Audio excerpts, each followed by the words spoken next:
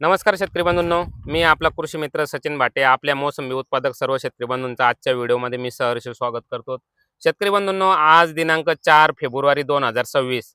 तर शेतकरी बंधूंनो, आज आपण पांढरी पिंपळगाव या गावामध्ये आलेलो आहोत आणि या मोसंबीच्या बागेवर आज आलेलो आहोत आपण व्हिजिट करण्यासाठी.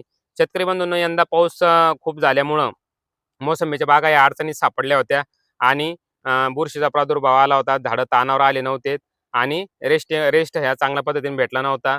तर शेतकरी बंधूंना एक समस्या भेडसावत होती, की झाडं यंदा फुटतील का नाही फुटतील. ती समस्या आपले बालाजी भाऊ यांच्या शेतामध्ये होती.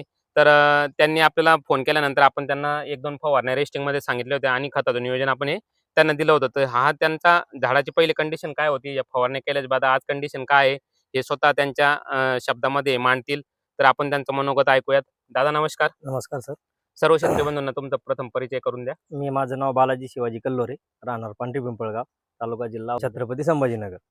चूक झालं ती माझी. तर सरला मी जेव्हा मोसंबीचा बाग तुटला त्याच्यामुळं वल खूप असल्यामुळं ताण येत नव्हता, तर मी सरला कॉन्टॅक्ट केला. सरना कॉन्टॅक्ट केल्याच्या नंतर तिने मला सांगितलं की आता याला ताण घ्यायसाठी आपल्याला एक फवारणी करावं लागेल. तर मग मी म्हणलं सर ठीक आहे, कोणती फवारणी करायची. मग तिने मला सांगितलं. तर मग मी डिसेंबर महिन्यामध्ये ताणावर येत नसल्यामुळे मग त्यांनी मला एक फवारणी दिली. त्याचं नाव आहे के बोरॉन आणि ओनिमल. हे 2 फवारणी पहिली ती आम्ही स्टार्ट केले याला ताण या जग्यासाठी.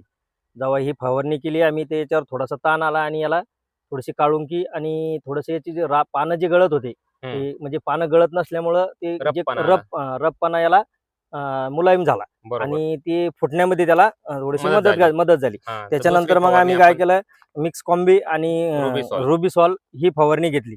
ही फवारणी घेतल्यावर त्याची जे मवा आणि थोडासा काळुकीपणा त्याचा वाढला आणि हे फुटण्याला आहे ना त्याला मदत मिळाली.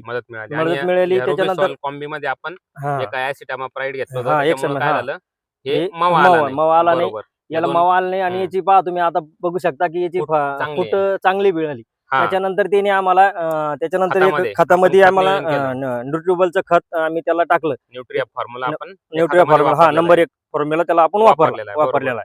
त्याच्यानंतर मग आम्ही त्याला पाणी 25 डिसेंबरला पहिले पाणी फोडलं. बरोबर. त्याच्या आज आमचं 4थं पाणी चालू आहे याला आणि याला आम्ही मोकळं पाणी दिलेलं आहे.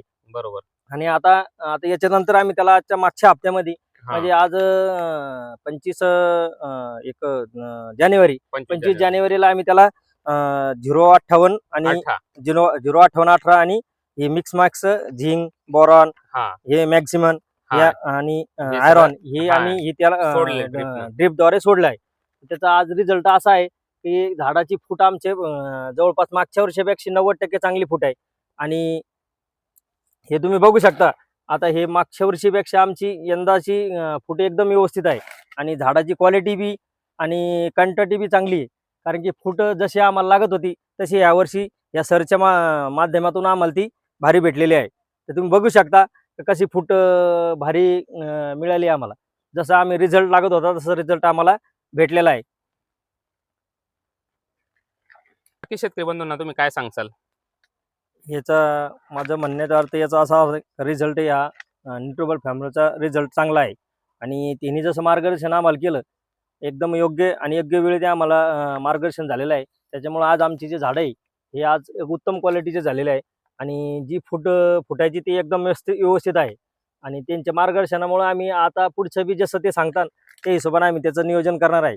त्याच्यामुळं तुम्हाला काही अडचण आली असेल तर तुम्ही यांच्या संग संपर्क साधता. यांचं नाव सचिन भाटे आणि हे न्यूट्रिट फॉर्म्युला कंपनीतर्फे यांचा जे रिझल्ट आहे एकदम आतापर्यंत माझ्या हिशोबाचा बेस्ट आहे. त्याच्यामुळे मी त्यांची ही जी क्वालिटी मिळाली त्यांना खूप व्यवस्थित मला चांगलं वाटतंय आणि फुटण्यामध्ये बी काही अडचण नाही. अजून कुठं मोठा फुटतंय, अजून कुठं ते दाखतंय सगळे तरी अजून पुरा 100% बगीचा फुटलेला नाही.